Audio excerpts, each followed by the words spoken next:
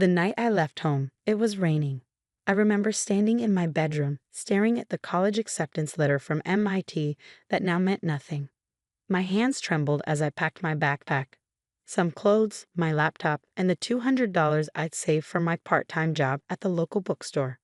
The rest of my savings, nearly $60,000 I'd earned from coding websites since I was 14, had vanished along with my college fund. My name is Emma Chin, and 12 hours earlier, my parents had casually announced over dinner that they'd given my entire college fund to my older brother Daniel. He needs it more than you do, my mother had explained, not even looking up from her plate. His startup is struggling, and this money could help him turn things around. But that's my college fund. I protested, my voice shaking. I've been accepted to MIT. Tuition is due next month. My father's response was sharp. Daniel has real potential. His business idea could make millions. You just want to study computer science. Any state school will do for that. I looked at Daniel, expecting him to say something to show some sign of guilt for taking my future. Instead, he just smirked. Thanks, Mom and Dad. I won't let you down. The worst part wasn't just losing my college fund. They'd also taken my personal savings account, the one they'd insisted I open under their names because I was still a minor. For safekeeping, they'd said, every dollar I'd earned coding websites, building apps, and working overtime at the bookstore, gone. Now, at midnight, I stood in my room making the hardest decision of my life.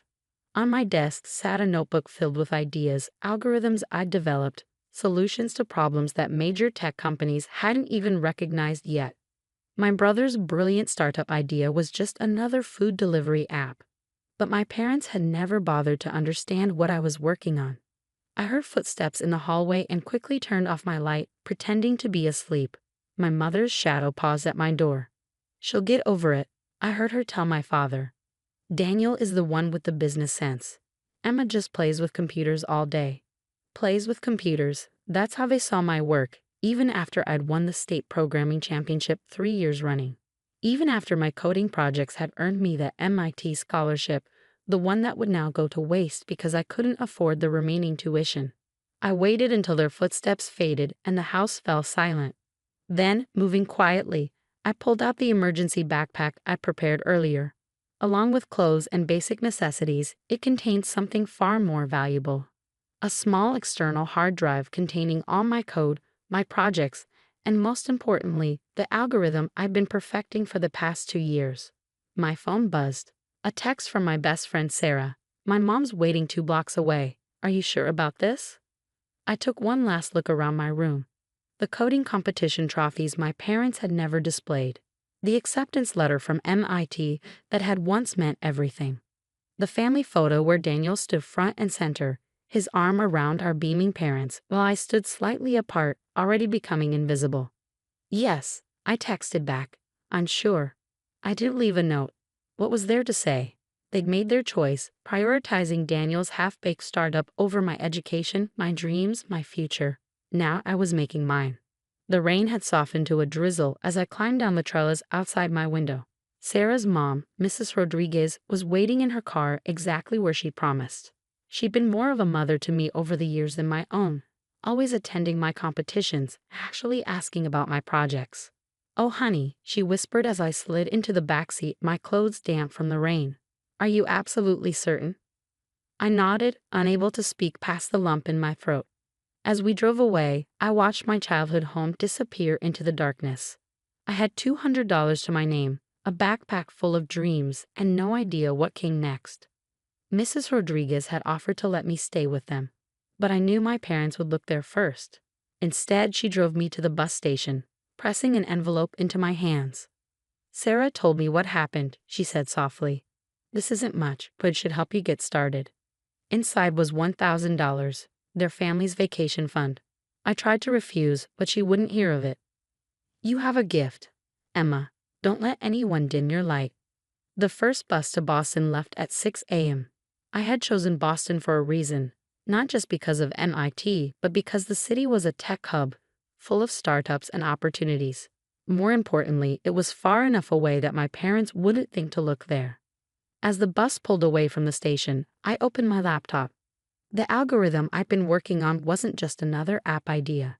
It was a revolutionary approach to data processing. something that could change how companies handled massive information systems.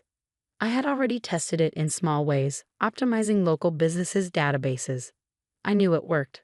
I just needed a chance to prove it. My phone buzzed again. My parents had finally discovered I was gone. The messages started pouring in. "Where are you? Come home right now. Don't be dramatic. We can discuss this. You're being selfish. Think about your brother's future."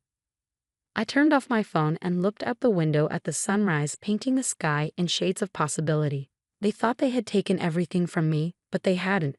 They couldn't take my mind, my skills, or my determination. I pulled out my notebook and began writing, planning my next steps. I had enough money for about 2 weeks in a cheap hostel. I needed to find a job quickly, something that would cover basic expenses while leaving me time to work on my algorithm. More importantly, I needed to find a way to prove that my parents' lack of faith in me was their biggest mistake. The boy sitting next to me glanced at my notebook, filled with lines of code and complex diagrams. "That looks intense," he commented. "Are you a programmer?" I smiled, thinking of my mother's dismissive words. "No," I replied. "I'm a future CEO, I just don't know it yet." 10 years is a long time to live with anger, but success is the best revenge. I sat in my corner office on the 47th floor of our company headquarters, staring at the email that had just arrived. Forbes wanted to feature me on their cover. 30 Under 30 had been 2 years ago. This was the main magazine, and they wanted to tell my story. The irony wasn't lost on me. Below my window, I could see the building where I'd spent my first 3 months in Boston, working as a night janitor.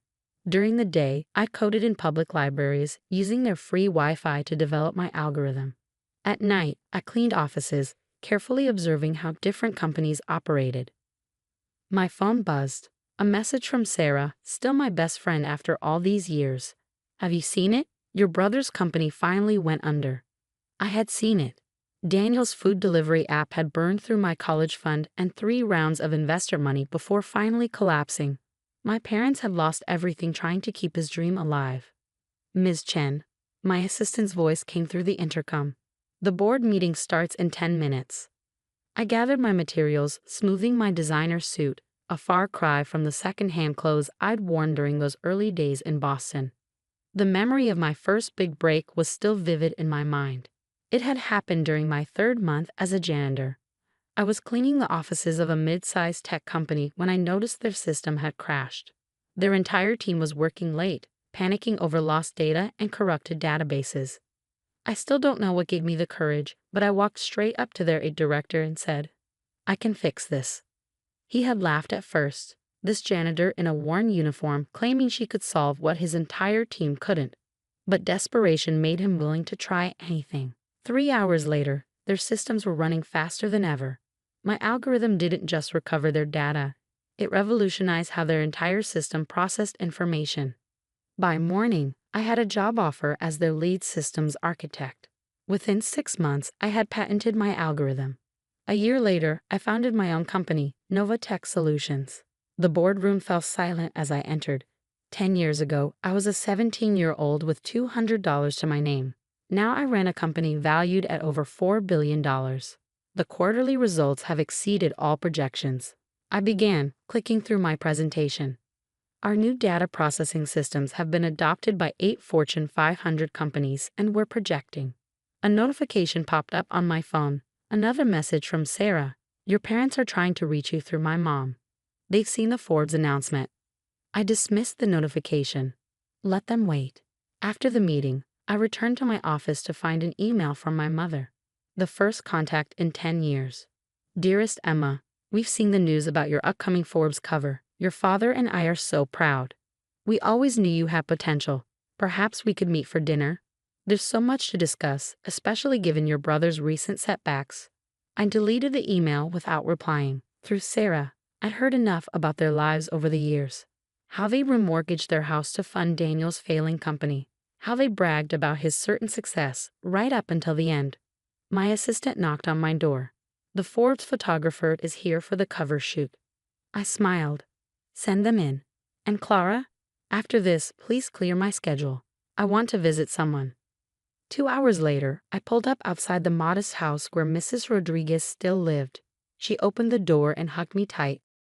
just like she had the night she drove me to the bus station. I saw the announcement, she beamed. Though I don't need Forbes to tell me how amazing you are. Over coffee, she told me my parents had been calling her constantly since the Forbes announcement went public. They want to know if I can arrange a meeting, she said carefully. They say they want to apologize. I stirred my coffee, thinking about that rainy night 10 years ago. Did they ever apologize to you? For how they treated you after you helped me? She shook her head. When my parents discovered she had helped me leave, they had threatened to sue her, called her employer, tried to get her fired. She had stood firm, protecting me. The Forbes interview is next week, I said finally. I think it's time everyone heard the real story. The article came out a month later. My face on the cover, my story laid bare. How I left home with $200, built a billion-dollar company from scratch, revolutionized data processing. The journalist hadn't pulled any punches, including my parents' choice to take my college fund and my brother's subsequent business failure. The morning it hit newsstands, I arrived at my office to find my parents waiting in the lobby. My mother clutched a copy of Forbes. My father stood with his hands in his pockets. They looked older, tired, nothing like the confident parents who had dismissed my dreams. Emma, my mother stepped forward. We've come to apologize. We were wrong about you, about everything. I held up my hand, stopping her. 10 years, I said quietly. 10 years of no contact, except when you needed something. And now you're here, after seeing me on the cover of Forbes. We're still your parents, my father protested weakly. No, I corrected him. Mrs. Rodriguez is more of a parent to me than either of you ever were. She believed in me when you couldn't be bothered to even understand what I was working on. But we're family, my mother insisted. Surely that counts for something. I looked at them, really looked at them. Family? I laughed softly. Family doesn't steal their child's college fund. Family doesn't dismiss their daughter's dreams as playing with computers. Family believes in you, supports you, loves you unconditionally. I pressed the elevator button, stepping inside. I have a board meeting to attend. Don't contact me again through Mrs. Rodriguez or anyone else. I'm not the desperate 17-year-old you abandoned anymore. As the doors closed, I saw tears in my mother's eyes. For a moment, I felt a flicker of the old pain. Then I remembered their faces over dinner that night, so casually destroying my future to bet on my brother instead. Today, Nova Tech Solutions continues to grow. We've expanded into artificial intelligence, cloud computing, and revolutionary data systems. I started a scholarship fund for young programmers, ensuring no talented student has to choose between education and survival. Sarah runs our charitable foundation, focusing on helping teens in crisis. Mrs. Rodriguez sits on the board, bringing her wisdom and compassion to every decision. My parents, they finally sold their house to pay off Daniel's debts. Last I heard, he was working as a delivery driver for one of the apps that had put his company out of business. Sometimes, late at night in my office, I look at that first MIT acceptance letter, now framed on my wall. Below it sits a printed copy of my first bank statement after leaving home. $200 to my name and a world of possibility ahead. They say success is the best revenge, but I've learned it's more than that. Success is proving to yourself that you were right to believe in your dreams, even when no one else did. And sometimes, the best thing your parents can give you is the motivation to prove them wrong. My name is Madeline Kensington, though the art world knows me only as MK, the reclusive artist whose paintings command millions at auctions. But to my family, I'm just Maddie, the disappointment who wastes time with paint. I stood in my private studio, surrounded by canvases worth more than my family's entire estate, and watched my latest piece dry, a haunting portrait that would soon become the centerpiece of tonight's gallery opening. The irony wasn't lost on me that my parents and siblings had spent millions collecting my work, all while mocking my failed career to my face. Another finger painting, Maddie? That's what my sister Olivia had sneered at our last family dinner, not realizing she had just bid $2.3 million on one of my finger paintings at Christie's last month. The journey to this moment began 15 years ago, when I announced to my family that I was leaving my respectable position at our family's investment firm to pursue art. The Kensingtons had been in finance for 3 generations, making money, not art. My decision was met with immediate hostility. You're throwing your life away. My father had thundered, his face red with anger. No daughter of mine will become a starving artist. My mother, ever the socialite, was more concerned about appearances. What will we tell our friends? That our daughter has decided to become a nobody. But it was my brother Marcus who delivered the cruelest blow. You have no talent, Maddie. You'll fail, and then you'll come crawling back, begging for your old job. They cut me off completely. No support, no connections, not even my trust fund. I was erased from the family photos, uninvited from social events, treated like a cautionary tale of failure. Only my grandmother understood, secretly supporting me with small checks and words of encouragement until she passed away 2 years later. I moved into a tiny studio apartment in Brooklyn, took odd jobs to pay the bills, and painted every free moment I had. My style evolved, dark, complex pieces that captured the raw emotion of betrayal and resilience.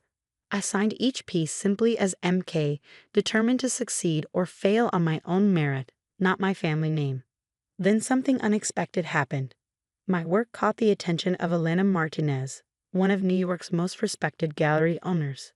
She saw something in my paintings that others had missed, a depth of emotion that spoke to collectors. Your pain bleeds through the canvas, she told me during our first meeting. It's beautiful and terrible at the same time.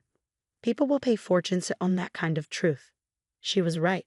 Within 2 years, MK became the art world's most intriguing mystery. My paintings sold for increasingly astronomical sums, always to buyers who never met the artist. The speculation about my identity became part of my allure. Was MK a reclusive European aristocrat? A former monk? A mysterious collective? My family, ironically, became one of my biggest collectors. They didn't collect art out of passion.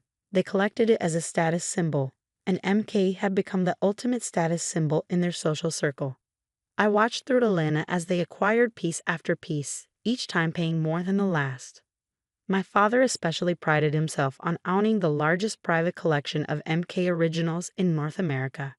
Your father just paid $4.8 million for Shadows of Betrayal, Elena informed me last month, trying to hide her amusement. He has no idea that painting was inspired by the day he cut you off. Now, standing in my studio, I surveyed the paintings for tonight's gallery opening.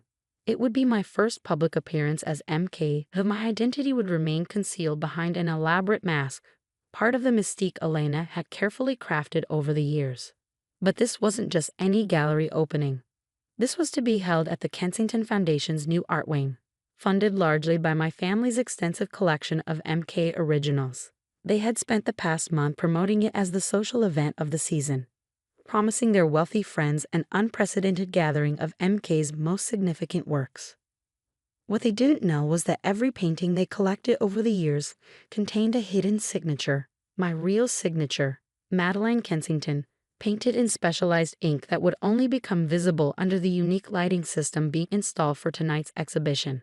At 9:00 p.m., when the lights changed for the grand reveal of my latest piece, every MK painting in their collection would simultaneously reveal its true artist. Their prize collection, the crown jewel of their social standing, would expose the very daughter they'd mocked and rejected.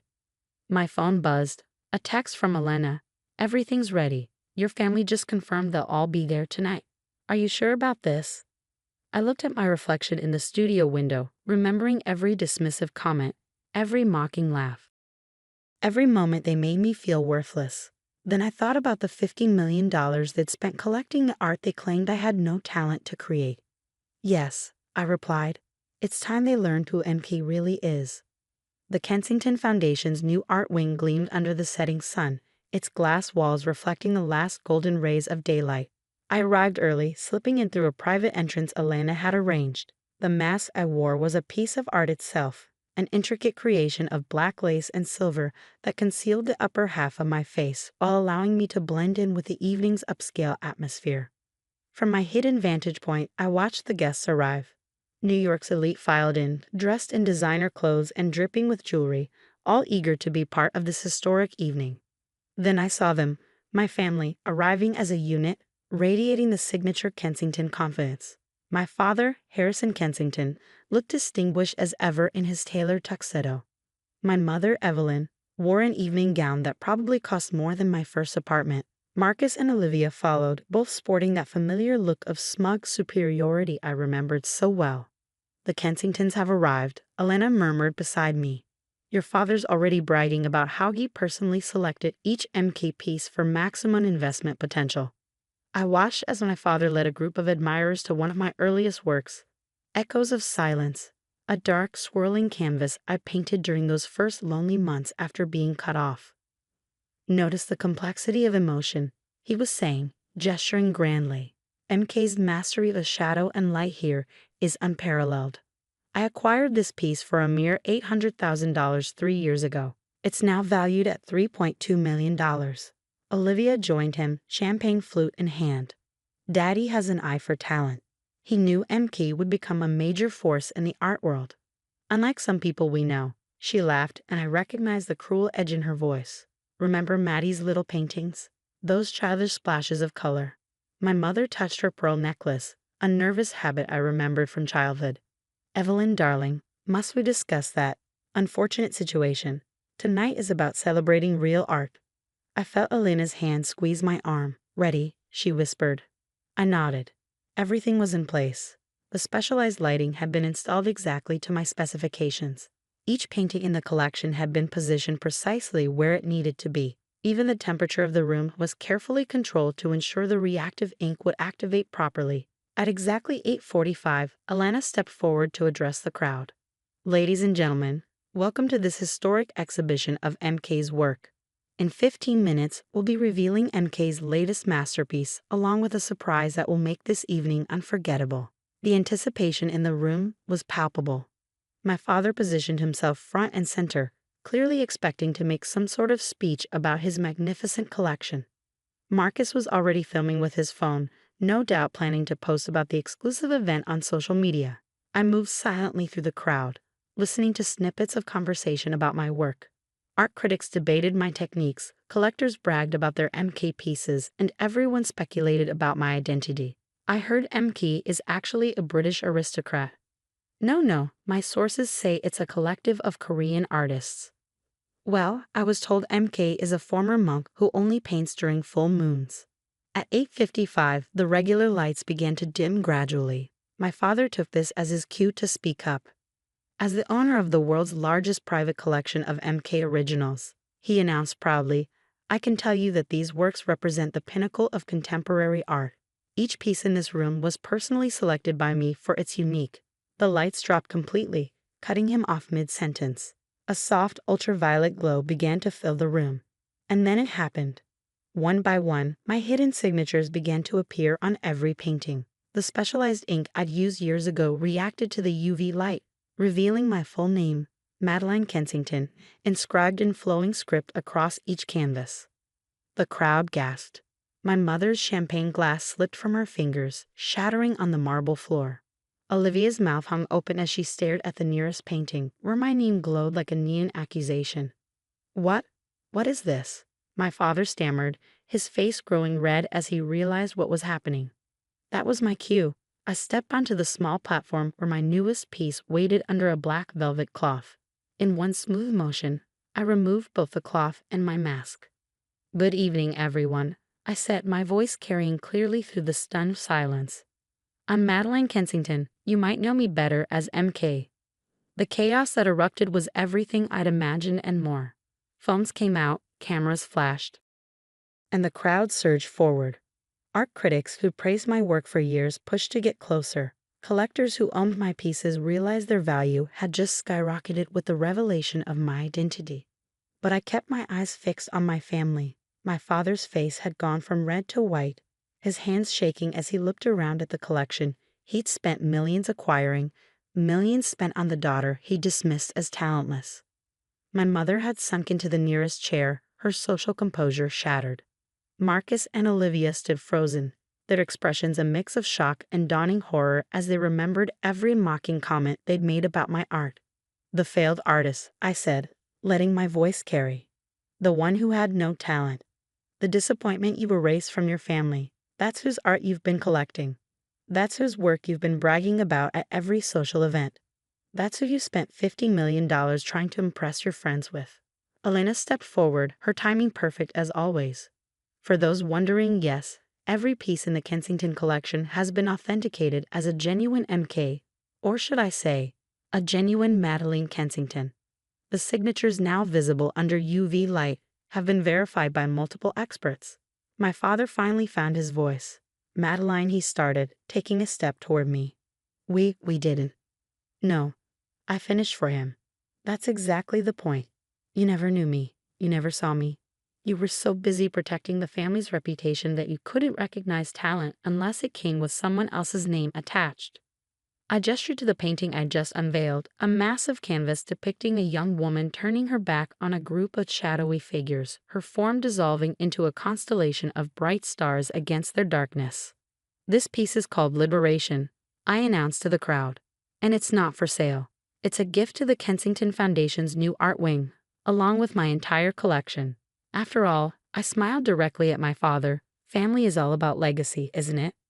The irony was perfect. Their new art wing, meant to showcase their wealth and taste, would forever tell the story of how they failed to recognize the artists in their own family. As reporters swarmed and cameras flashed, I watched my family retreat to a corner. Their world upended. The whispers had already started. The Kensingtons didn't recognize their own daughter's talent. They rejected her, then spent a fortune collecting her work. Elena appeared at my side, grinning. "Ready for the interviews? Every major art publication in the world wants to talk to you." I took one last look at my family, my father's defeated posture, my mother's tears, my siblings' embarrassment, and felt not triumph, but release. Their opinion of me had controlled my life for so long. But now I was free. My success wasn't despite their rejection. It was because of it. Every cruel word, every dismissive gesture had fueled my art, transformed my pain into something beautiful and valuable. "Yes," I said, turning away from them. "I'm ready to tell my story." In the years that followed, the legend of MK's revelation became art world history. My work, now signed openly as Madeline Kensington, commanded even higher prices. The Kensington Foundation's art wing became a major tourist attraction, though not for the reasons my family had intended. My father never spoke to me again. His pride couldn't survive the humiliation. My mother tried once, awkwardly suggesting we put the past behind us. But I declined. Marcus and Olivia occasionally send messages through Elena, probably hoping to benefit from my success. But I maintain my distance. I don't need their approval anymore. My art speaks for itself, and its voice is louder than their mockery ever was. Sometimes, when I'm working late in my studio, I think about that young woman who left everything behind to follow her passion. She wasn't a failure, she was just preparing for her masterpiece. The winter of 2011 was the coldest I'd ever experienced, especially when your only shelter is a beaten-up 1998 Honda Civic. At 17, I learned how to survive in that car, which parking lots were safe at night, how to wash up in gas station bathrooms, where to find free Wi-Fi to keep applying for jobs. I had $143 to my name, 3 changes of clothes in my backpack, and my laptop, the only thing I managed to grab before my father threw me out. All because I refused to give up my dreams of starting a tech company to work in his construction business. "You think you're too good for honest work," he had screamed that night. "You want to waste your life playing with computers? Then do it somewhere else." My mother stood silently in a corner, tears running down her face. My younger sister Madeline watched from the stairs, too scared to speak up. Only my older brother Marcus seemed pleased, smirking as he watched Dad throw my things onto the front lawn. "Get out." Dad's final words still echoed in my head. "Come back when you're ready to grow up and join the real world." That first night in my car, parked behind a 24-hour Walmart, I made myself a promise. I would build something so successful that they would have to face how wrong they were about me. During the day, I haunted coffee shops and libraries, using their Wi-Fi to teach myself programming. YouTube tutorials, online courses, coding forums, I absorbed everything I could. At night, I huddled under blankets in my car, practicing code on my laptop until the battery died. I got a job as a dishwasher at a local diner, working 12-hour shifts for minimum wage. The owner, Ms. Chen, let me park my car behind the restaurant at night, safer than the Walmart lot. Sometimes she'd leave leftover food for me, pretending she was just going to throw it away anyway. "You're a smart kid," she'd say, watching me code on my breaks. "Don't let this be your whole story." 3 months into my homeless life, I caught a break. A small tech startup needed someone to build them a basic website. I'd been practicing web development and took a chance applying. They hired me as a freelancer, paying me $500 for the project. That first real tech paycheck felt like a fortune. I rented a tiny room in a shared house, barely bigger than my car, but it had a real bed and a shower. More importantly, it had reliable internet. I kept working at the diner during the day, but at night I was building my skills and my client base. One website job led to another. Soon I was making more from freelance work than from washing dishes. Ms. Chen caught me sleeping at my laptop one morning before my shift. Instead of being angry, she sat down across from me. "Tell me what you're working on," she said. I explained my idea for a software platform that would help small restaurants manage online orders, delivery services, and customer relationships, all the things I'd seen her struggling with at the diner. "How much would you charge for something like that?" she asked. "For you? Free. You've helped me so much already." She shook her head. "No, if it's worth building, it's worth paying for. I'll be your first real customer." That conversation changed everything. Ms. Chen didn't just become my first client.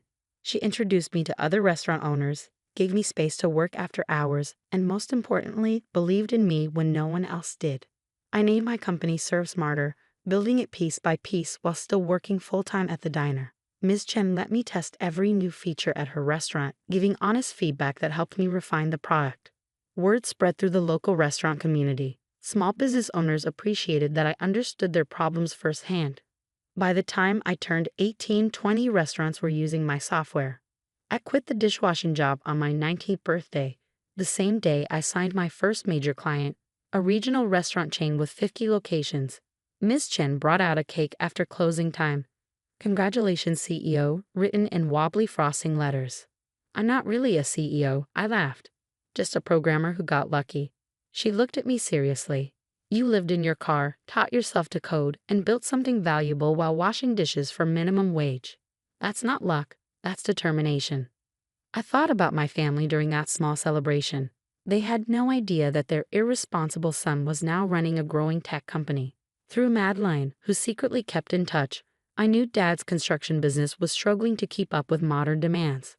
Marcus, who had dutifully joined the family business, was proving to be better at spending money than making it. The next few years were a blur of growth and challenges.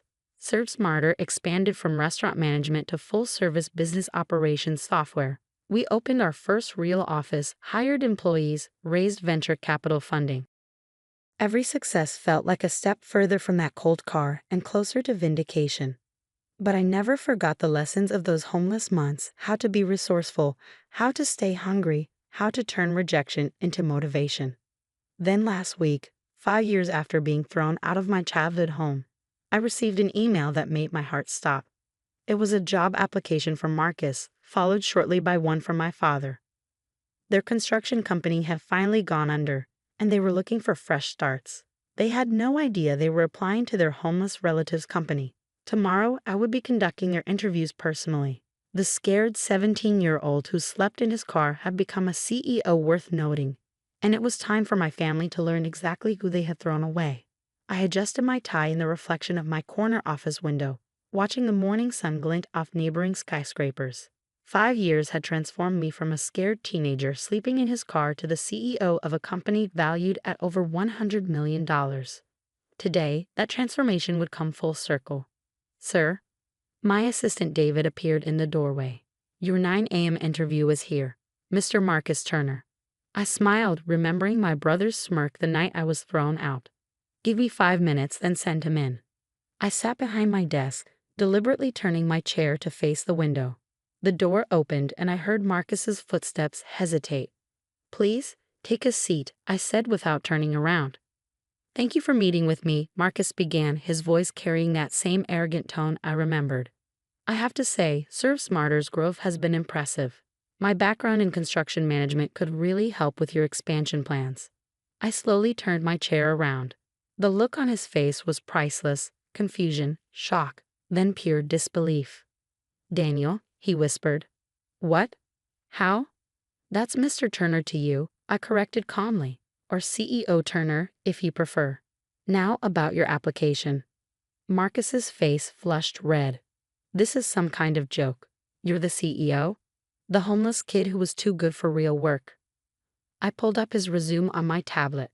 Interesting career history. 10 years at Turner Construction, rising from site manager to VP of operations.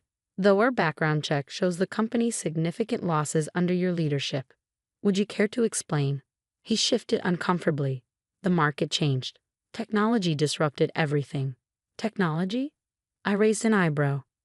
You mean like the kind of technology I was wasting my time with? Before he could respond, my phone buzzed. Sir, your 9:30 is here early. Mr. James Turner. Perfect timing. Send him in. The door opened and my father walked in. He aged in 5 years, more gray in his hair, deeper lines around his eyes. He stopped dead when he saw me, then looked at Marcus with confusion. What is this? He demanded. Please, Dad, have a seat. I gestured to the other chair. We were just discussing Marcus's role in Turner Construction's decline. Dad's face darkened with anger. If this is some kind of revenge. Revenge? I laughed softly. No, this is a job interview. You both applied to work at my company. I'm simply conducting due diligence. I stood up and walked to the window, looking out at the city I'd conquered. Tell me, Dad, what exactly did you say the night you threw me out? Something about joining the real world. He remained silent, but I could see his reflection in the window. The proud man who'd thrown away his son was now facing that same son's success. Well, this is the real world, I continued. The one where technology drives progress, where innovation beats tradition, where a homeless teenager can build a $100 million company from nothing. I turned back to face him. You thought I was worthless because I wouldn't follow your path. You threw me away because I dared to dream bigger than a construction site. Now here you are, applying for jobs at my company. Marcus stood up angrily. We don't need your charity. Charity? I cut him off. No, what you need is a reality check. Your construction company is bankrupt. Your reputation in the industry is ruined. You're both unemployed and running out of options. So let me make this interesting. I pressed a button on my desk, and the large screen on the wall came to life, showing ServeSmarter's latest project. We're developing software to revolutionize the construction industry. Project management, resource allocation, automated scheduling, everything Turner Construction's troubled with. We're looking for people with industry experience to consult on the development. Dad's eyes widened slightly. Despite his anger, I could see the businessman in him recognizing the opportunity. The positions pay well with full benefits, I continued. But there are conditions. What conditions? Dad asked, speaking for the first time. First, it'll start at entry level, just like everyone else. No special treatment because of our history. Second, you'll report to Ms. Chen, our head of client relations. The diner owner? Marcus scoffed. She's working here. She's a partner in the company, I corrected sharply. She believed in me when my own family threw me away. She's earned her position, unlike some people. I sat back down, folding my hands on my desk. And the final condition? You'll need to apologize. Not to me, but to Madeline. They both stiffened. Why Madeline? Dad demanded. Because she's been carrying the guilt of that night for 5 years. She calls me crying sometimes, apologizing for not standing up to you. She's working as my executive assistant now, by the way. Started in the mail room and earned her way up. On cue, the door opened and Madeline walked in. She'd grown from the scared teenager into a confident young woman. Dad and Marcus turned to stare at her in shock. Maddie? Marcus whispered. You've been here all along. She walked over to stand beside my desk. Someone had to be there for Daniel. Family doesn't throw family away. The room fell silent. I could see the wheels turning in Dad's head, pride warring with practicality. The choice is yours, I said finally. 2 good jobs with real futures or your pride. You have until the end of the day to decide. And if we refuse? Marcus challenged. I smiled. Then you can leave the same way you made me leave, with nothing but your convictions to keep you warm at night. They left my office in silence, father and son united in their shock and confusion. Madeline stayed behind, tears in her eyes. Do you think they'll take the jobs? She asked. They will, I replied confidently. Dad's too practical not to, and Marcus will follow his lead, just like always. I was right. By end of day, both had accepted the positions. They would start next week, learning the very technology they had once dismissed. That evening, I drove to Ms. Chen's diner, the same one where I'd washed dishes and dreamed of something bigger. She still ran it, even while helping manage Serve Smarter's client relations. "So," she asked, sliding a piece of apple pie in front of me, "how did it go?"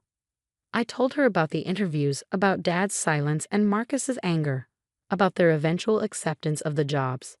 "Are you going to forgive them?" she asked quietly. I thought about the cold nights in my car, about the years of struggle, about the strength I'd found in myself. "Forgiveness isn't the point," I replied. "They needed to learn that the world is bigger than their narrow view of success. Maybe now they will." She nodded, understanding as always. "From homeless to CEO. You've come a long way." "We've come a long way," I corrected. "I wouldn't be here without you believing in me." Outside, the sun was setting over the city. Somewhere out there, my father and brother were confronting their new reality. Their homeless failure had become their CEO. Their thrown-away son had built an empire. Sometimes the best revenge isn't making people suffer, it's showing them exactly what they lost when they gave up on you. And sometimes the greatest success is not in proving others wrong, but in proving yourself right. Next week, my family would start their new jobs, learning to build something valuable in the world I created. The 17-year-old who slept in his car would finally rest easy, knowing his dream had become their salvation. That's the thing about success. It's the best answer to anyone who ever told you weren't good enough.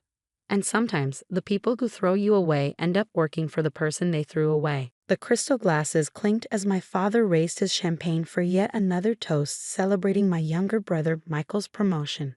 The elegant dining room of our family home buzzed with excitement as relatives gathered around, hanging on his every word about becoming the youngest VP in his company's history. I sat quietly at the far end of the table, pushing my food around my plate. At 32, I was the family disappointment, the one who had wasted my business degree by starting my own consulting firm instead of joining the prestigious family company Thompson Industries. To Michael, my father's voice boomed, following in my footsteps, taking Thompson Industries to new heights. "This is what real success looks like." The pointed comment wasn't so. I caught my mother's sideways glance, filled with that familiar mix of pity and disappointment. 10 years ago, when I announced I was striking out on my own, she'd have cried for days, lamenting how I was throwing away my future. Speaking of success, my Aunt Margaret chimed in, wine glass swaying dangerously in her hand. "Olivia, dear, are you still doing that?" "What do you call it?" "Freelancing." I straightened my shoulders, maintaining my composure. "Yes, I run my own consulting firm. We specialize in corporate restructuring and financial strategy." A dismissive laugh cut through the air. "Consulting," my father scoffed. "A fancy word for being unemployed. Tell me, how many clients do you actually have?" Before I could respond, Michael jumped in with his trademark smirk. "Come on, Dad, be nice. I'm sure Olivia helps lots of small businesses with their bookkeeping or whatever." The table erupted in poorly concealed laughter. I gripped my fork tighter, thinking of the contracts sitting on my desk. The international clients whose names would make everyone at this table gasp. But they didn't deserve to know about WR Consulting Group, the company I had built from nothing into one of the most selective firms in the industry. "You know," my father continued, swirling his expensive bourbon, "Thompson Industries is always looking for entry-level positions.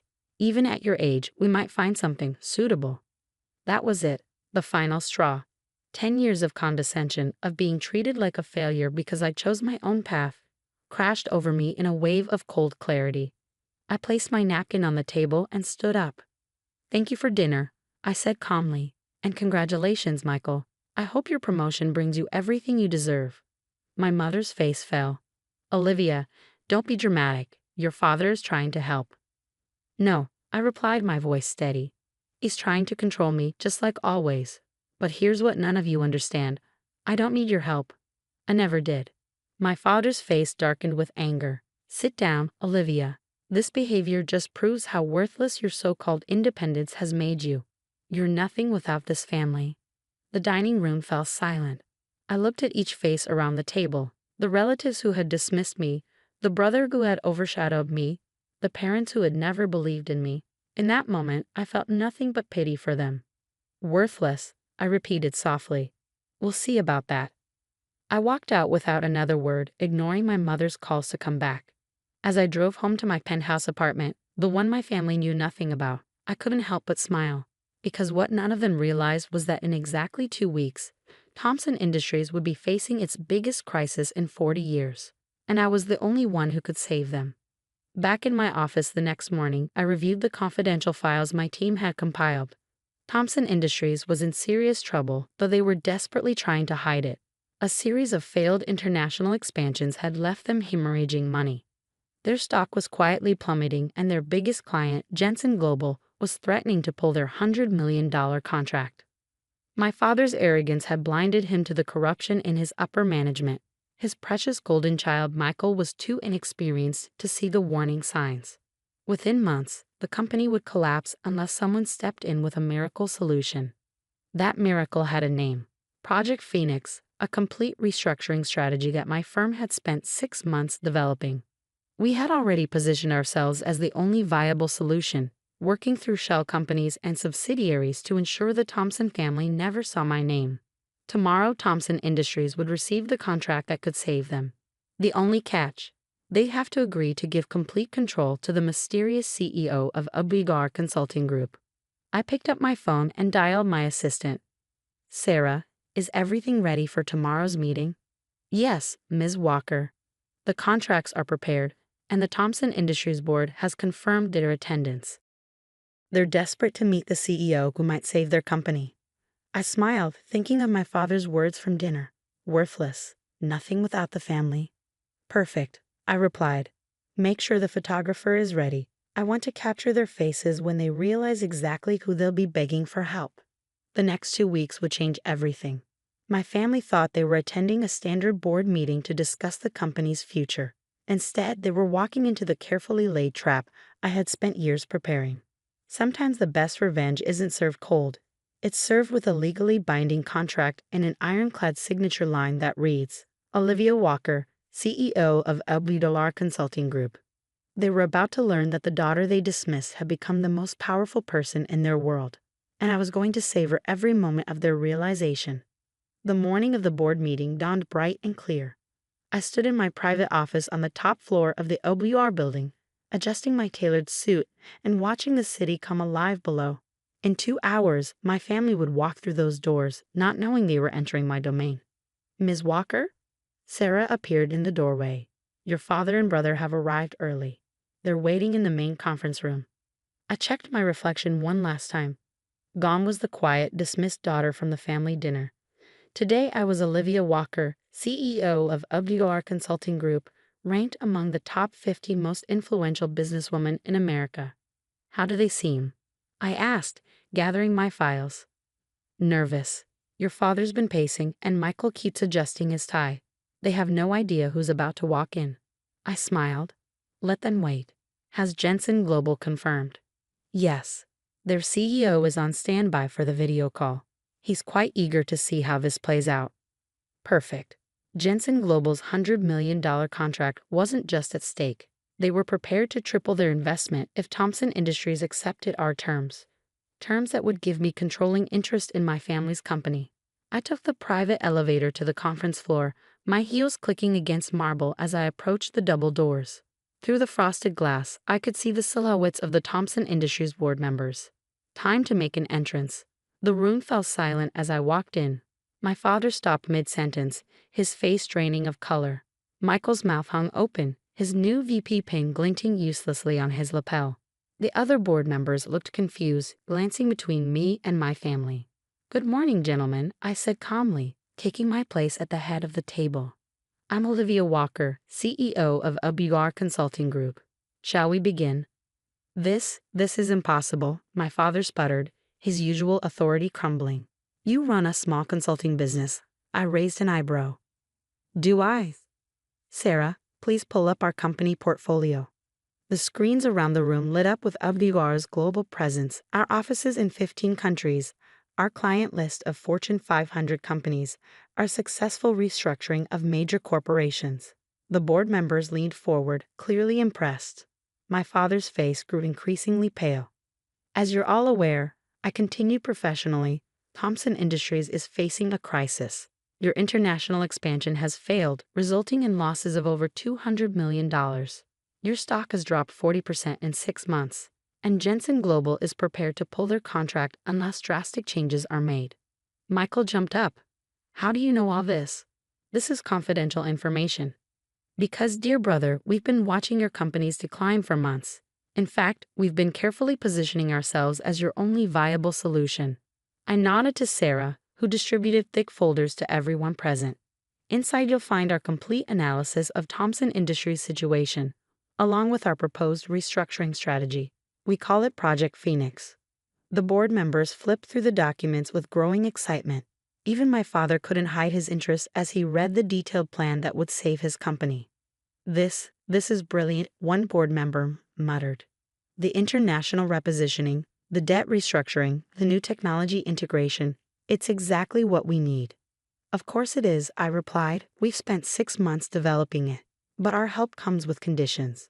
My father's eyes snapped up to meet mine. He knew what was coming, he just didn't want to believe it. Our Consulting Group will take a controlling interest in Thomson Industries. We'll restructure the board, implement new management protocols, and oversee all major decisions for the next 5 years. The room erupted in chaos. Board members argued among themselves. Michael looked like he might faint, and my father's face turned an alarming shade of red. You can't do this, he growled. This is my company. I built it from nothing. I leaned forward, my voice steady.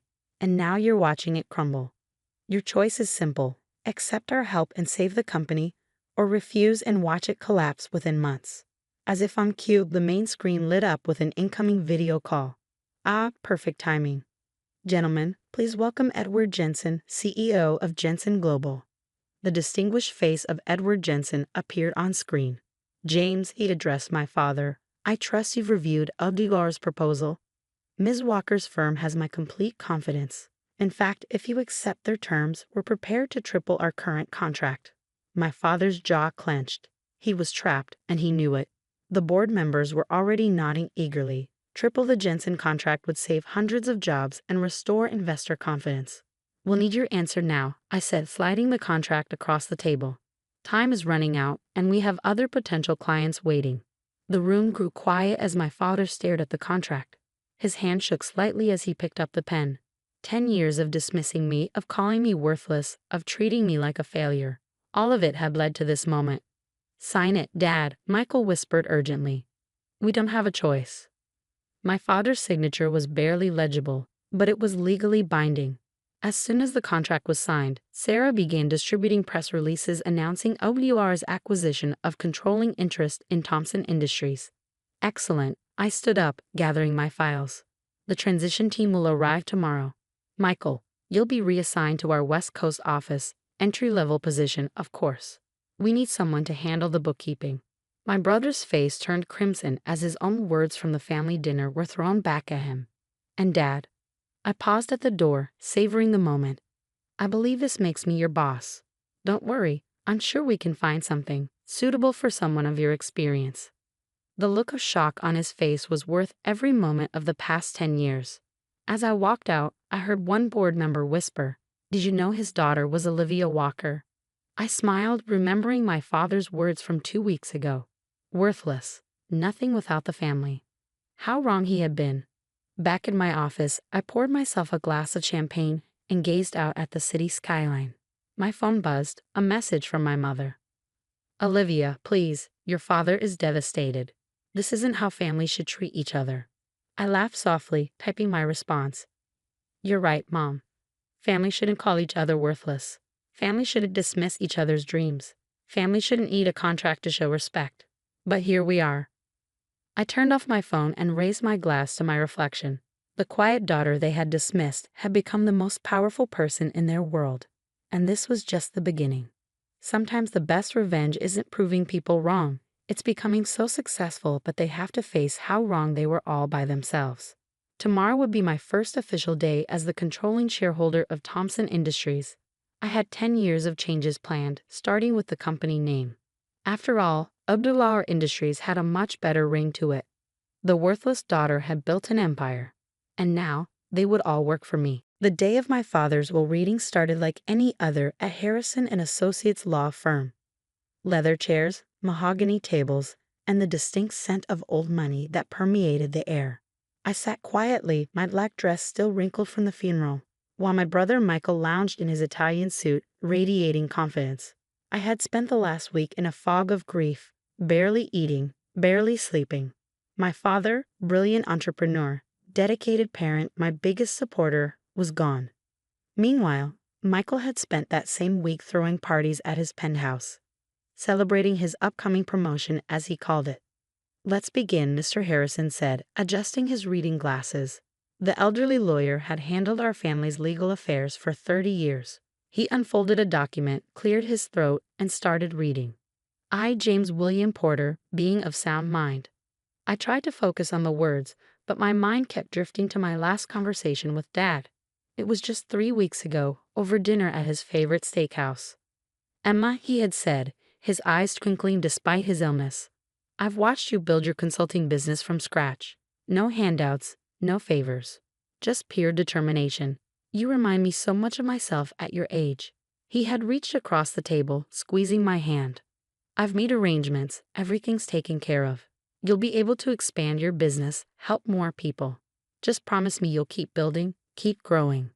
I had promised, tears in my eyes, not knowing those would be our last moments together. Mr. Harrison's voice snapped me back to reality. "And to my daughter Emma Porter, I leave." He stopped abruptly, frowning at the paper. Something flickered across his face, confusion, then concern. "This can't be right," he muttered, shuffling through the papers. Michael leaned forward, his smile sharp as a razor. "Is there a problem?" "According to this document," Mr. Harrison said slowly, "the entire estate, including Porter Enterprises and all associated assets, approximately valued at $12 million, is to be transferred solely to Michael Porter." The room started spinning. "That's impossible," I whispered. "The document clearly states," Michael cut in smoothly, "that Dad believed I was the only one capable of running his legacy." He pulled out a folded paper from his breast pocket. "I have a copy right here, if you'd like to verify." Mr. Harrison accepted the paper, comparing it to his own. "The signatures match, but what?" Michael challenged. "Everything's in order. Unless you're suggesting our father wasn't of sound mind." I stared at my brother, the stranger wearing designer clothes and a triumphant smirk. "Dad would never do this," I said. "He told me himself he'd made arrangements." Michael's laugh cut through the air like broken glass. "Oh, sweet knave Emma. Always Daddy's little girl, weren't you?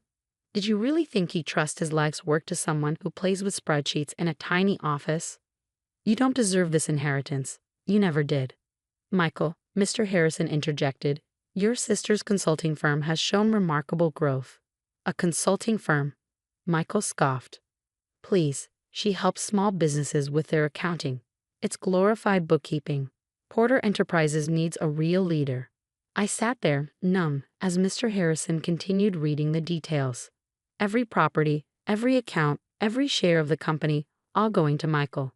Even Dad's vintage car collection, which he and I had restored together during my teenage years. When the reading finished, Michael stood up, buttoning his jacket. "Well, this has been enlightening. Emma, I'll need you to clear out your office at Porter Enterprises by the end of the week. Can't have former employees hanging around, bad for morale." I had been working part-time at our father's company since college, learning the business from the ground up while building my own firm. Now Michael was erasing that too. "Mr. Harrison," I said quietly, "may I see the will?" The lawyer handed it over, sympathy in his eyes. The signature looked perfect, every loop, every curve exactly like Dad's. But something felt wrong. The words weren't his style, the tone too formal, too cold. "One more thing," Michael announced from the doorway. "I'm selling the lake house." My head snapped up. "You can't. Mom loved that house. Dad promised he'd never sell it." "Dad's not here anymore, is he?" Michael's smile was cruel. "And technically, it's my house now. I'm thinking of turning it into a private club. Much better investment than keeping it as some sort of shrine." He walked out, leaving me alone with Mr. Harrison in the suddenly too quiet office. "Emma," the lawyer said gently, "something isn't right here. Your father discussed his plans with me several times over the years. This will, it contradicts everything he ever said." I ran my fingers over the signature, remembering all the times I'd watched Dad sign documents in his office. "The signature's perfect," I murmured. "Too perfect." Mr. Harrison leaned forward. What do you mean? Dad's hands shook in his final months. The medication made it worse. This signature, I traced the smooth lines. There's no tremor. Not even a slight one. The lawyer's eyes widened. Are you suggesting? I need to make some calls, I said, standing up. And I need copies of every document Michael submitted since Dad got sick. That night, I sat in my apartment, my sanctuary away from the Porter family drama, surrounded by papers, business records, bank statements, correspondence. I was looking for a pattern, a clue, anything that would explain how my brother had managed to steal my inheritance. My phone buzzed. A text from Michael. Cleaning crew comes to your office tomorrow. Better hurry if you want to keep your little plants. I ignored it, focusing instead on my laptop screen. Something caught my eye, a string of large transfers from Porter Enterprises to offshore accounts, all within the last 3 months. The amounts were carefully structured to avoid immediate suspicion, but together they painted a disturbing picture. My brother hadn't just stolen my inheritance. He'd been embezzling from the company for months, possibly years. A plan began forming in my mind.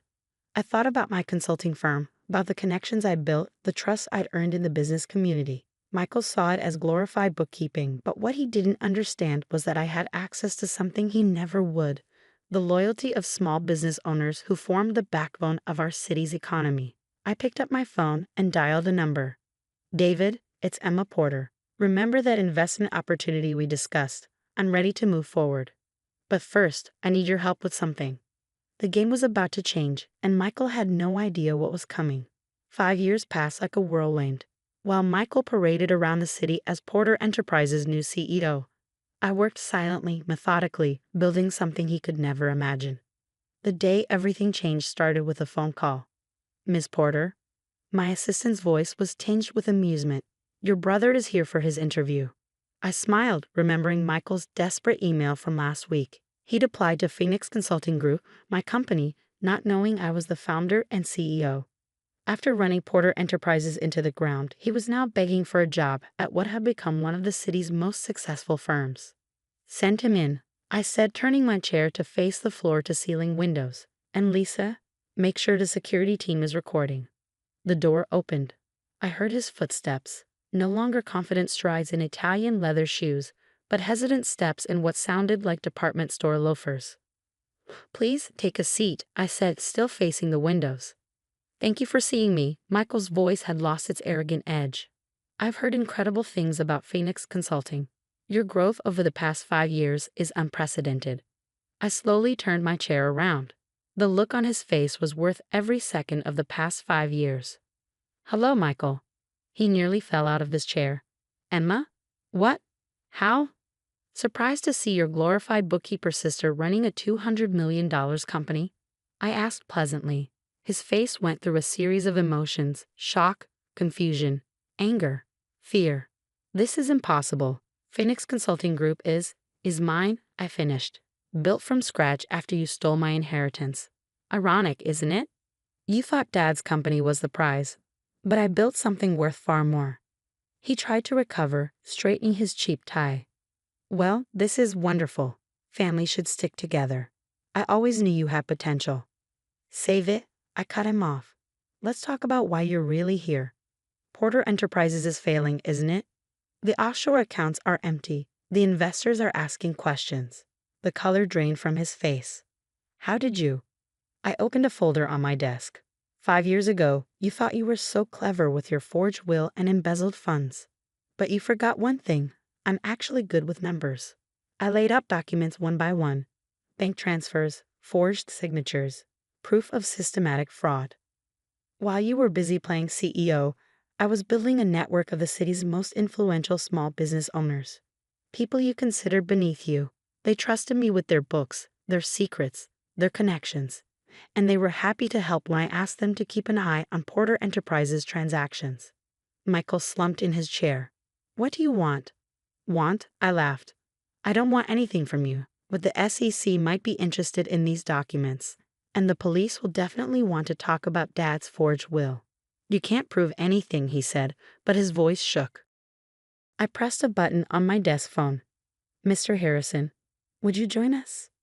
The door opened, and our father's old lawyer walked in, carrying a briefcase. "Actually, she can prove everything," Mr. Harrison said. "I've spent 5 years gathering evidence. Your father suspected you were embezzling. That's why he changed his will 2 weeks before he died, the real will, not your forged version." He pulled out a document. "This is the authentic will, signed and notarized at the hospital. I kept it safe until Emma had built enough protection around herself. Your father left the company to both of you equally, but with a condition.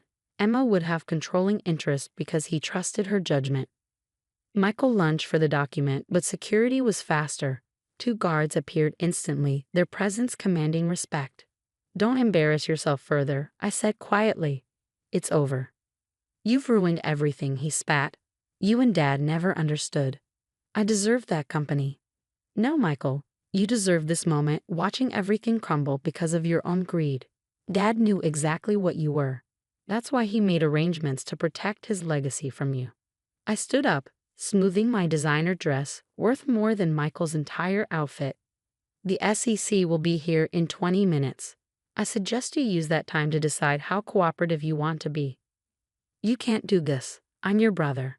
You stopped being my brother the day you forged Dad's will. Family isn't about blood, Michael. It's about trust, respect, and integrity. 3 things you never understood." As security escorted him out, I turned to Mr. Harrison. "Thank you for everything." He smiled warmly. "Your father would be so proud, Emma, not just of your success, but of how you achieved it, through hard work and integrity."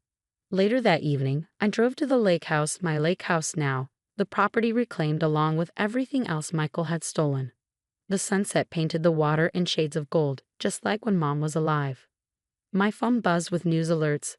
Porter Enterprises hair arrested for fraud. Phoenix Consulting Group CEO reveals family drama behind business success. Emma Porter, from disinherited daughter to business empire builder. I smiled, remembering Dad's words. Keep building, keep growing. I had kept my promise, but in my own way. Instead of inheriting a legacy, I had built one. The next morning, I walked into my office to find it buzzing with energy. Our latest acquisition, Porter Enterprises, would need restructuring. The company Dad built would survive, but under new leadership, guided by the values he had taught me. On my desk, I found an old photo of Dad and me working on his vintage Mustang. Behind it stood my team, the family I had chosen, people who shared my vision and values. Ready for the board meeting, Lisa asked, tablet in hand. I looked around at the empire I had built, so much greater than the inheritance I had lost. More than ready. Michael's arrest made headlines for weeks. The evidence was overwhelming, not just the forged will and embezzlement, but years of fraud and deception. He faced significant prison time. But my focus was on the future. Phoenix Consulting Group continued to grow, now helping businesses across the country. The lake house became a retreat for employees and their families, and Dad's vintage car collection. Restored to its former glory, each car a reminder of the lessons he taught me. 1 year later, I received a letter from Michael, written from prison. He begged for forgiveness, for a job when he got out, for another chance at being family. I wrote a simple response. The greatest inheritance Dad left wasn't his money or his company. It was his integrity. That's something you can't steal, and something you never understood. Good luck with your rehabilitation.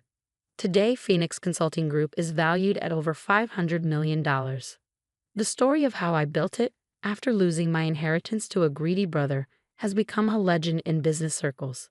But the real victory isn't in the numbers. It's in the legacy I built, the people I've helped, and the values I've upheld. Sometimes, losing an inheritance is just the push you need to build something far greater than what you lost. Dad always said success wasn't about what you were given, but what you built with your own hands. Looking at my empire now, I know he was right.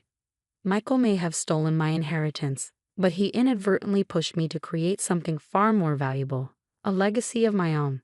And that's something no one can ever take away. The old leather box felt heavy in my hands as I sat in a lawyer's office, surrounded by the suffocating silence of expectations. My father's will reading had brought us all here. Myself, my mother in her perfectly pressed designer suit, and my brother Marcus, already scrolling through his phone with obvious boredom. To my son Marcus, Mr. Peterson, the family lawyer, began reading in his measured tone. I leave the majority of my estate, including all business holdings, properties, and liquid assets totaling approximately $47 million. Marcus didn't even look up from his phone, just nodded as if he'd known all along. Of course he had. The golden child, the Harvard business graduate, the one who could do no wrong in our parents' eyes. To my daughter Olivia, Mr. Peterson continued, his voice softening slightly with what might have been pity. I leave my personal watch collection, specifically the broken Patek Philippe timepiece stored in the study safe. The room fell silent. I felt my mother's sharp intake of breath, heard Marcus's barely suppressed snicker. A broken watch. After 28 years of trying to earn my father's approval, of graduating top of my class in engineering, of building my own modest watchmaking business from scratch, this was what he thought I was worth. Is this some kind of joke? My mother's voice cut through the silence like a blade. Henry's entire watch collection is worth millions. Why would he only leave Olivia the broken one? Mr. Peterson adjusted his glasses uncomfortably. The will is quite specific, Mrs. Turner. The broken Patek Philippe alone goes to Olivia. The rest of the collection goes to Marcus along with the other assets. Marcus finally looked up from his phone, his face split in a mocking grin. Well, that's fitting, isn't it? Dad always said your little watch repair hobby was a waste of time. At least now you have a worthless project to tinker with. I clutched the leather box tighter, my knuckles turning white. Inside was my father's most mysterious possession, a vintage Patek Philippe that had supposedly stopped working decades ago. He'd never let anyone examine it, not even the most renowned watch experts in the country. The will is clear, I said quietly, standing up. Marcus gets his millions. I get the watch. We're done here. Olivia, don't be difficult, my mother sighed, her perfectly manicured fingers drumming against her designer handbag. We can discuss this like adults. Perhaps we can arrange some kind of monthly allowance for you instead. No, I turned towards the door, the leather box tucked securely under my arm. Keep your money. I'll take what Dad left me. Your loss, Marcus called after me as I walked out. Have fun playing with your broken toy while I run the company. I didn't respond. They wouldn't understand anyway. Because while they saw a worthless broken timepiece, I saw something else entirely. In all my years of studying horology and mechanical engineering, I'd never seen my father's mysterious watch up close. He kept it locked away, only taking it out late at night when he thought everyone was asleep. But I'd watched him once, hidden in the shadows of his study. I'd seen how he held it, not like a broken relic, but like a treasure map waiting to be decoded. Now, in my small workshop above my watch repair shop in downtown Boston, I finally had the chance to unlock its secrets. The leather box sat on my workbench, illuminated by the warm glow of my desk lamp. With trembling fingers, I opened it. The Patek Philippe gleamed despite its age, its gold case bearing the subtle patina of decades. At first glance, it looked like any other luxury timepiece from the 1940s. But I knew better. My father wouldn't have protected a simple broken watch so fiercely. I spent hours that first night examining every millimeter of the case, looking for anything unusual. The craftsmanship was exquisite, each detail perfect, too perfect for a supposedly broken watch. When I opened the case back, I found movement that looked pristine, as if it had been serviced recently. Why would you pretend this was broken, Dad? I whispered, adjusting my magnifying loupe to examine the mechanism more closely. What were you hiding? That's when I noticed it, a slight inconsistency in the pattern of the engravings inside the case back. Most people would have missed it, but I'd spent years studying vintage timepieces. This wasn't a flaw, it was deliberate. My heart racing, I reached for my finest tools. If I was right, this wasn't just a watch. It was a puzzle box, the kind that could only be opened by someone who truly understood the intricacies of watchmaking. As I worked through the night, carefully manipulating tiny levers and hidden mechanisms, I thought about my father. He'd never supported my passion for watches, had actively tried to discourage me from opening my own shop, yet he'd left me this, his most closely guarded possession. Finally, just as dawn began to creep through my workshop windows, I heard a soft click. A hidden compartment in the case back sprung open, revealing a carefully folded piece of paper yellow with age. With shaking hands, I unfolded it. Inside, in my father's precise handwriting, were a set of coordinates and a single line of text. For the daughter who sees beyond the surface, follow these coordinates. What you find there will change everything. I stared at the numbers, my mind racing. The coordinates pointed to a location in the Swiss Alps. My father had traveled there frequently for business meetings, always alone, always secretive. Just then, my phone buzzed. A text from Marcus. Hope you're enjoying your worthless inheritance, sis. Board meeting tomorrow to officially make me CEO. Don't worry, I'll take good care of Dad's legacy. I looked at the coordinates again, then at the watch that had revealed them. My father had built his empire on secrets. That's what everyone always said. But maybe, just maybe, his greatest secret wasn't in the company at all. It was hidden away in the Swiss Alps, waiting for someone smart enough to find the key. And he'd given that key to me. I opened my laptop and booked a flight to Switzerland. Marcus could have his millions and his CEO title. I had coordinates to follow, and something told me what waited at the end of them would be worth far more than money. Little did I know, I was about to uncover a truth that would shake our family's foundation to its core. The Swiss Alps loomed before me, their snow-capped peaks piercing through wisps of morning fog. After a 14-hour flight and a treacherous drive up winding mountain roads, I'd finally reached the coordinates from my father's watch. I double-checked the GPS on my phone. The location seemed to point to an old watchmaking workshop tucked away in a small village called Grindelwald. The building looked abandoned, its windows dusty, and its wooden sign faded with age. Horlogerie Weber, I whispered, reading the barely visible lettering. My father had mentioned this name once years ago when he caught me reading about vintage watchmaking techniques. He quickly changed the subject, but not before I saw something flash across his face. Was it fear? The door was locked, but I noticed something odd about the keyhole. It wasn't modern, it was ornate, antique, almost exactly the same size as. My hands trembling slightly, I pulled out my father's watch. The crown, when removed, was precisely the right shape. It fit perfectly into the lock. The door creaked open, revealing a workshop frozen in time. Wooden workbenches lined the walls, their surfaces covered in watchmaking tools and half-finished timepieces. Everything was coated in a thick layer of dust, except for one area. In the center of the room stood a massive safe, its surface gleaming as if it had been regularly maintained. On its door was an intricate mechanism that looked less like a conventional lock and more like the inside of a watch movement. "Oh, Dad," I breathed. "What were you hiding here?" Before I could examine the safe more closely, I heard footsteps behind me. I spun around to find an elderly man standing in the doorway, his sharp eyes taking in every detail of my presence. "So," he said in accented English, "Henry's daughter finally arrives. We've been waiting a long time for you, Olivia." I stepped back, startled. "Who are you? How do you know my name?" The man smiled, walking into the workshop with the confidence of someone who belonged there. "I am Klaus Weber. Your father and I. We had an arrangement. He knew one day you would come." My mind raced. Weber, the same name as on the shop sign. "My father never mentioned you." "No, he wouldn't have. Just as he never told you the truth about how he really built his fortune." Klaus ran his hand along one of the dusty workbenches.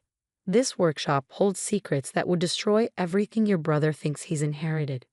He reached into his pocket and pulled out a watch, identical to the one my father had left me. "Your father wasn't just a businessman, Olivia. He was part of something much bigger. Something that started right here, in this workshop 70 years ago." Over the next hour, Klaus revealed a story that shattered everything I thought I knew about my family. The watch my father had left me wasn't just a timepiece. It was a key to unlocking the truth about Weber and Turner, my father's company. In 1952, Klaus's father and my grandfather had discovered something revolutionary, a watchmaking technique that could create mechanisms of unprecedented precision. But instead of patenting it, they kept it secret, using it to build special timepieces for powerful people who needed to coordinate exact timing across the globe. "Your father didn't build his fortune through normal business," Klaus explained. "He built it by being the keeper of time itself." Every major coordinated business deal, every synchronized global transaction over the past 30 years, they all relied on our watches. My mind was spinning. But why keep it secret? Why not patent the technology? Klaus' expression darkened, because what we created wasn't just about keeping time. It was about controlling it. These watches, when synchronized, can create moments, microseconds, where time itself seems to pause. Imagine what that means for global financial transactions, for coordinated military operations, for anyone who needs to be first in a world where milliseconds mean millions. I thought about Marcus sitting in a CEO's office, thinking he controlled everything. He had no idea that the real power of Weber and Turner lay hidden in this dusty workshop. Your father knew you were the only one who could be trusted with this, Klaus continued.